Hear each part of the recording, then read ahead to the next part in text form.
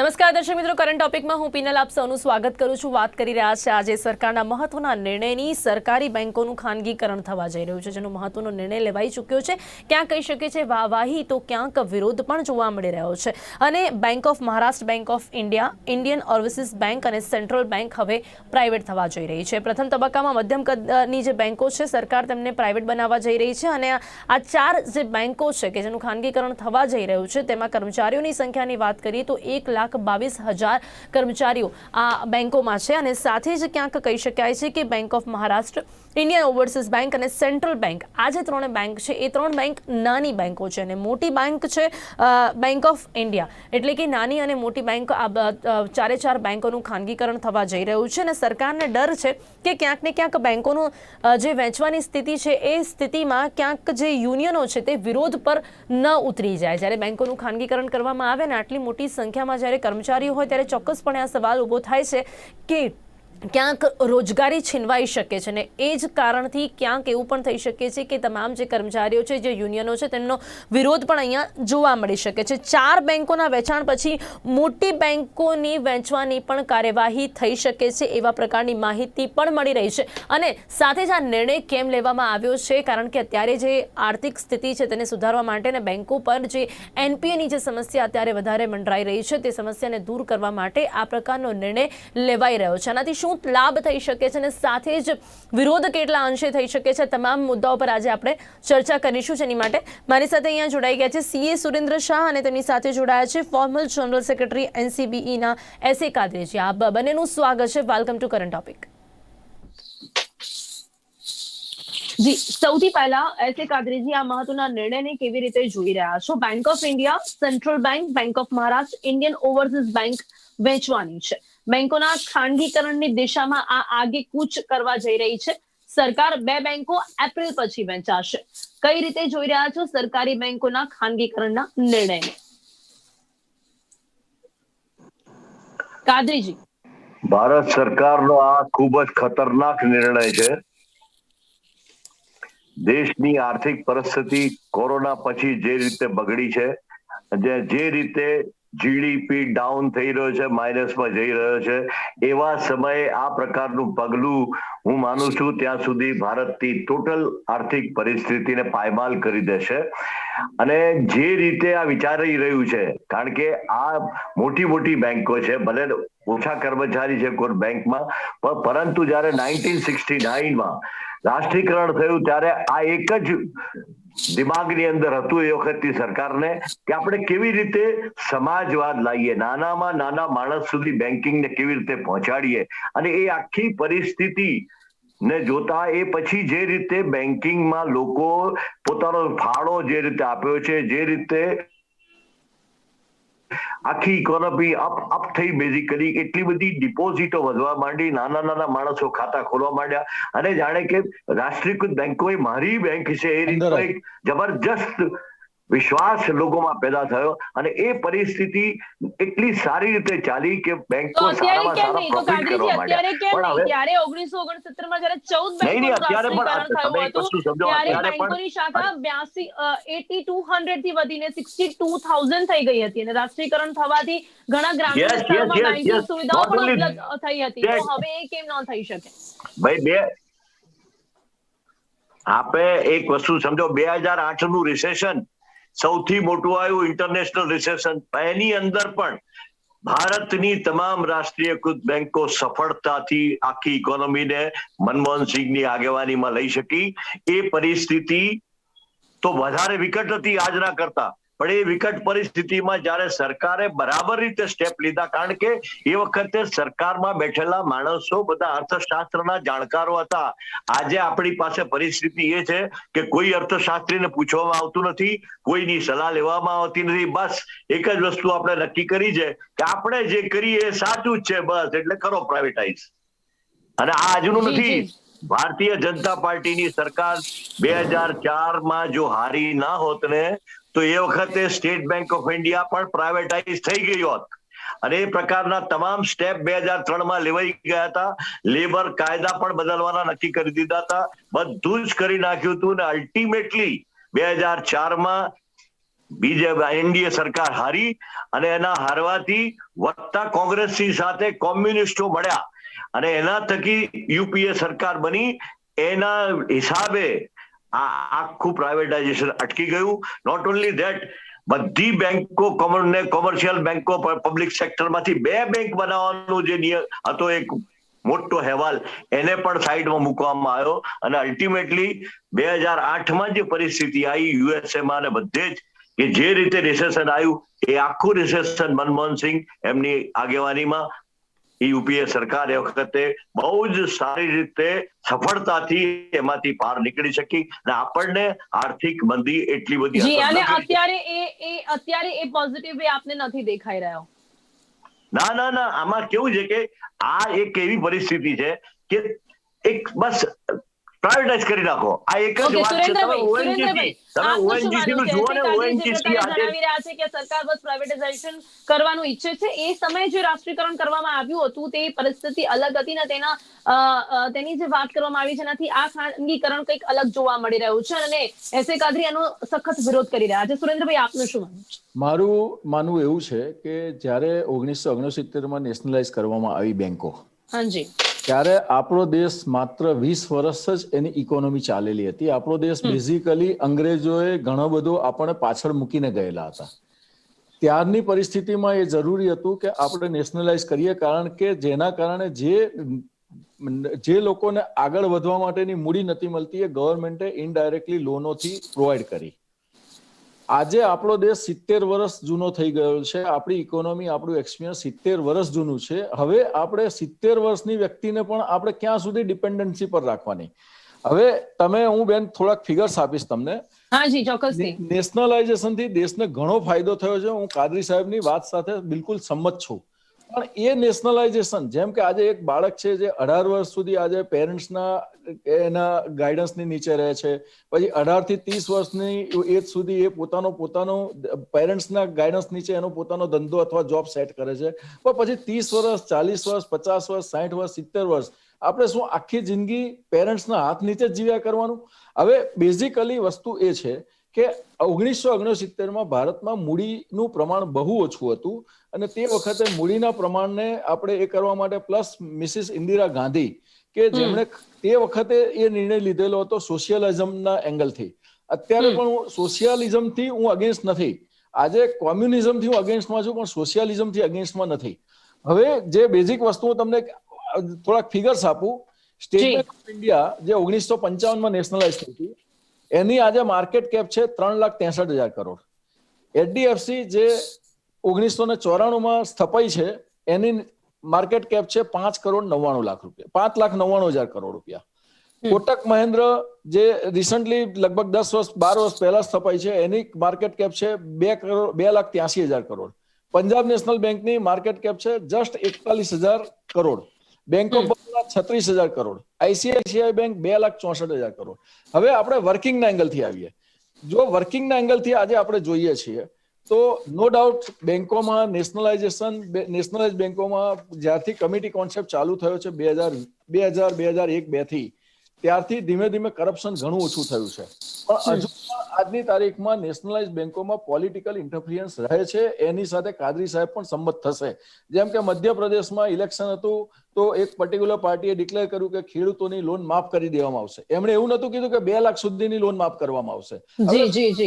હવે શું થયું કે ત્યાં બધા જ ખેડૂતોએ આજે પૈસા ભરવાનું બંધ કરી દીધું. કેમ? કારણ કે પર્ટિક્યુલર જે નેતા હતા એમણે કીધેલું હતું કે 10 દિવસમાં તમારી તમામ લોન માફ કરી દેવામાં આવશે. ત્યાર પછી એ સરકાર લગભગ 12 મહિના ચાલી તો એ લોકોએ 2 લાખ સુધીની જ લોન માફ કરી, 2 લાખની ઉપરની લોન માફ નથી કરી.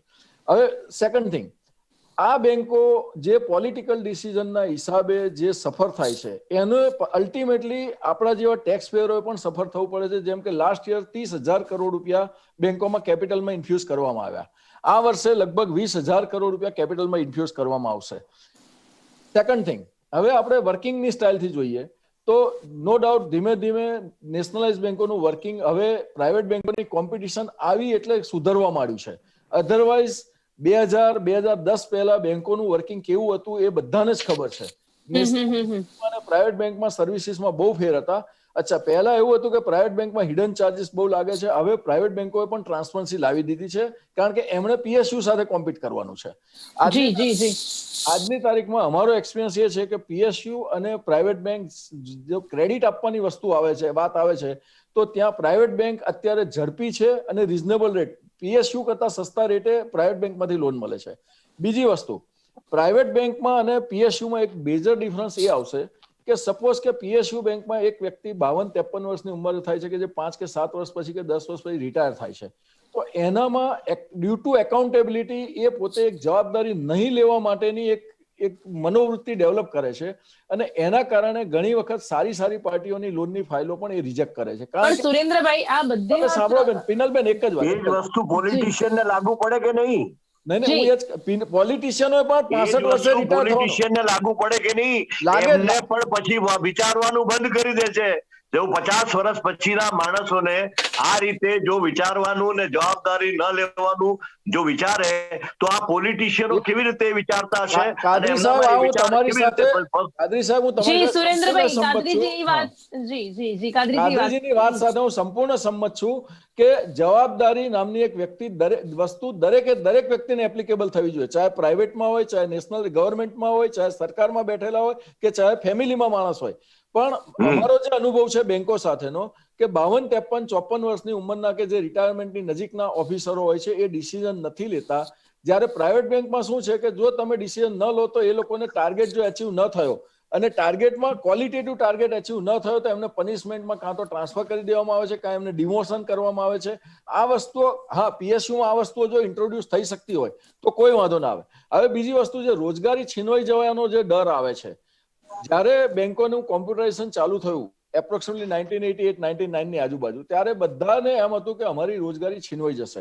એકચ્યુઅલી કોમ્પ્યુટરાઇઝેશન થયા પછી પણ બેંકોમાં એમ્પ્લોયમેન્ટ વધી છે, બિઝનેસ વધ્યો છે, અને simultaneously quality of the work has also improved. હા, કાદરીજી, આપ બોલો. કાદરીજી, આપને કહી દઉં કે જ્યારે રાજીવ ગાંધીની સરકાર હતી ત્યારે અમને લીડરોને એમ્સમાં બોલાવવામાં આવ્યા હતા. राजीव गांधी कीधु कि हमको देश को 21वीं सेंचुरी में ले जाना है और हमें कंप्यूटराइजेशन के बगैर, मैकेनाइजेशन के बगैर ये नहीं हो सकेगा. आपने कही दो कि बारिंग कम्युनिस्ट, इवन कम्युनिस्ट પણ એગ્રી થઈ ગયા હતા, બધા યુનિયનો. અમે એક જ વસ્તુ એ વખતે અમને કીધી હતી કે તમે રિટ્રેન્ચમેન્ટ ન કરતા અને તમે કોઈ પણ હિસાબે રિક્રુટમેન્ટ બંધ નહીં કરતા.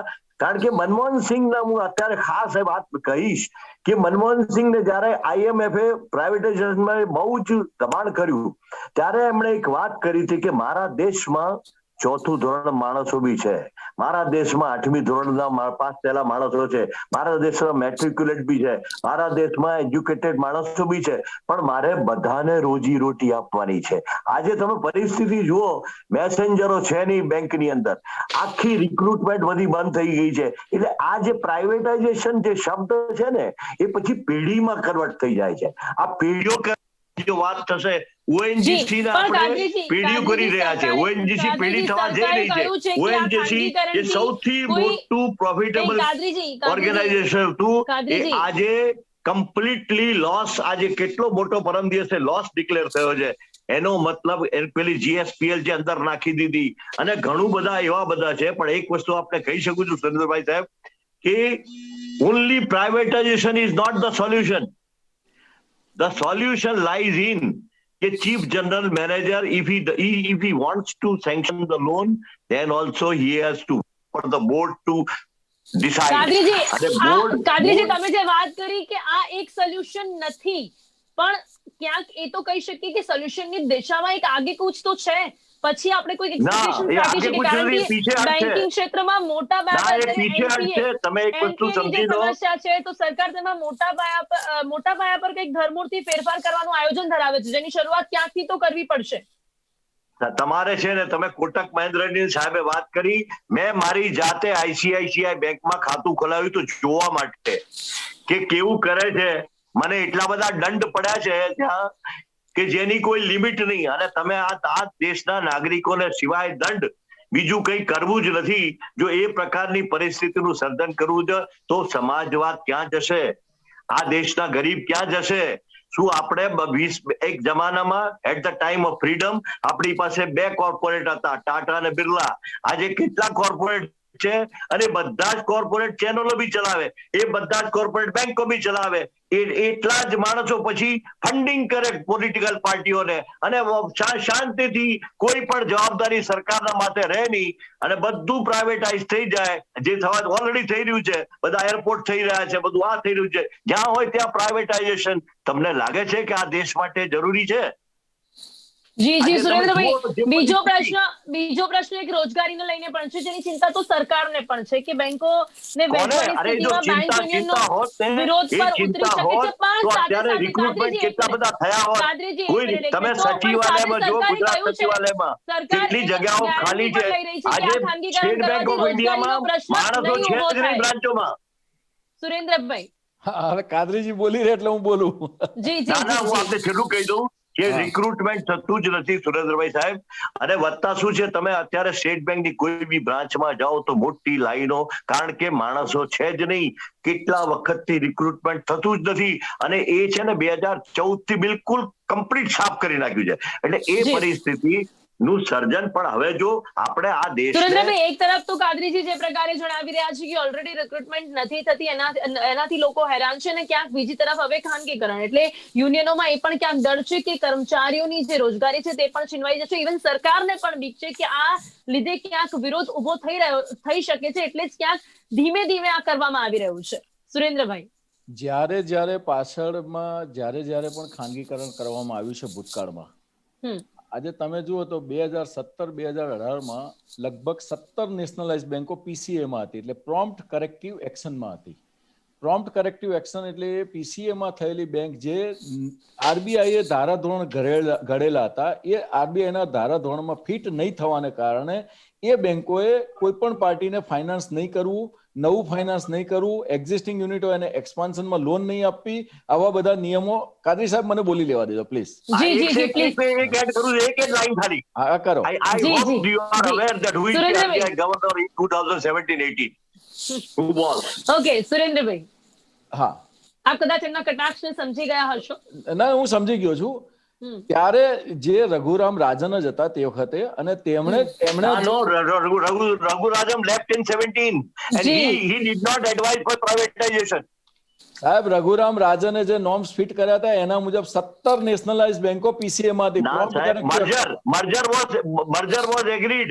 મર્જર તો યુનિયનો પણ પછીથી એગ્રી સાહેબ, હું કર્યું. પીસીએ ની વાત કરું છું. Privatization as a whole. હું પીસીએ ની વાત કરું છું. પ્રોમ્પ્ટ કરેક્ટિવ એક્શન એટલે એ બેંકોએ કોઈ પણ નવું ધિરાણ નહીં કરવાનું, ધિરાણ કરવાના તમામ પાવરો જે મેનેજર લેવલે અથવા રિજનલ લેવલે અથવા ઝોનલ લેવલે હતા, એ બધા જ પાવરો હેડ ઓફિસ પર જતા રહ્યા હતા. અને એના કારણે ઘણા બધા યુનિટ, કારણ કે મારું તો મેઇન કામ ફાઇનાન્સનું છે, બેંકોમાંથી પ્રોજેક્ટ કન્સલ્ટન્સી કરું છું. તો બરાબર છે તમારી વાત, બધું જ ઉપર આવતું હતું. અને આજે તમને કહી દઉં, જી જી કાદરીજી, આપણે હવે સુરેન્દ્રભાઈને સાંભળીએ. એમને કોઈ ડિસિપ્લિન રાખ્યો એ બોલે ત્યારે ચોક્કસ પીસીએમાં પ્રોમ્પ્ટ કરેક્ટિવ એક્શનમાં union bank, corporation bank, Dena bank, bank of Baroda, ખાલી માત્ર 2 જ બેંકો પ્રોમ્પ્ટ કરેક્ટિવ એક્શનમાં નથી. તો તે વખતે દેશને નવું ઇન્ડસ્ટ્રીયલ ફાઇનાન્સ ન મળી શક્યું, એના માટે નેશનલાઇઝેશન જવાબદાર હતું. અચ્છા, નેશનલાઇઝેશનમાં કેમ પ્રોમ્પ્ટ કરેક્ટિવ એક્શન લાવવો પડ્યા? પ્રાઇવેટાઇઝેશનમાં એક વસ્તુ છે, પ્રાઇવેટાઇઝેશનમાં ખોટું નથી થતું એવું નથી કહેતો. જેમ કે આઈસીઆઈસીઆઈમાં જે કે યસ બેંકમાં રાણા કપૂર, આઈસીઆઈસીઆઈ બેંકમાં મિસિસ કોચર, એમાં ત્યાં પણ પ્રોબ્લેમ થયા છે. પણ પ્રાઇવેટાઇઝેશનમાં એનો જે લોસ છે એ જનરલ પબ્લિકને ભોગવવાનો નથી આવતો. જ્યારે નેશનલાઇઝ બેંકમાં કોઈ પણ જાતના ફ્રોડ થાય છે, આજે મારી પાસે આખા ફ્રોડના લિસ્ટ છે અને ફ્રોડના એમાઉન્ટ છે, એ બધો ફ્રોડ અલ્ટિમેટલી આપણી ભારતીય પબ્લિકને માથે આવે છે. ચાહે વિજય માલ્યાનો હોય, નીરવ ચોકસીનો હોય, મેહુલ ચોકસીનો હોય, નીરવ મોદીનો હોય કે કોઈ પણ હોય, અલ્ટિમેટલી એ પૈસા તે વખતે જે બહાના કાઢવામાં આવે છે એ બહાના પણ ખોટા છે કે આટલી મોટી બેંકમાં આટલો નાનો ફ્રોડ થઈ શકે છે. It is not a small fraud. Fraud is always a fraud, નાનો હોય કે મોટો હોય. એની સાથે કાદરી સાહેબ પણ એગ્રી થશે.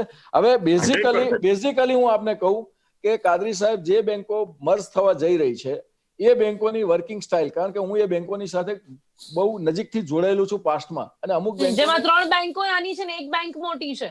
એટલે ત્રણ બેંક નાની છે. એ બેંકોમાં તો અમે ક્યારે પણ પ્રોજેક્ટ કન્સલ્ટન્સીનું કામ સુદ્ધા નતા કરતા. એનું કારણ એક જ હતું કે એનું કલ્ચર, વર્ક કલ્ચર આખું અલગ હતું. અત્યારે જે હવે એક વસ્તુ તમે સમજો કે અત્યારે કોમ્પ્યુટરાઇઝેશન પ્લસ ગ્લોબલાઇઝેશન અને હવે જે નોલેજનો જે ફેલાવો થઈ રહ્યો છે, એમાં ઘણી બધી વખત તમે તમારી જે નેશનલાઇઝ બેંક હોય કે પ્રાઇવેટ બેંક હોય, અત્યારે ઘણી પ્રાઇવેટ બેંકો પાસ્ટમાં બંધ પણ થઈ છે.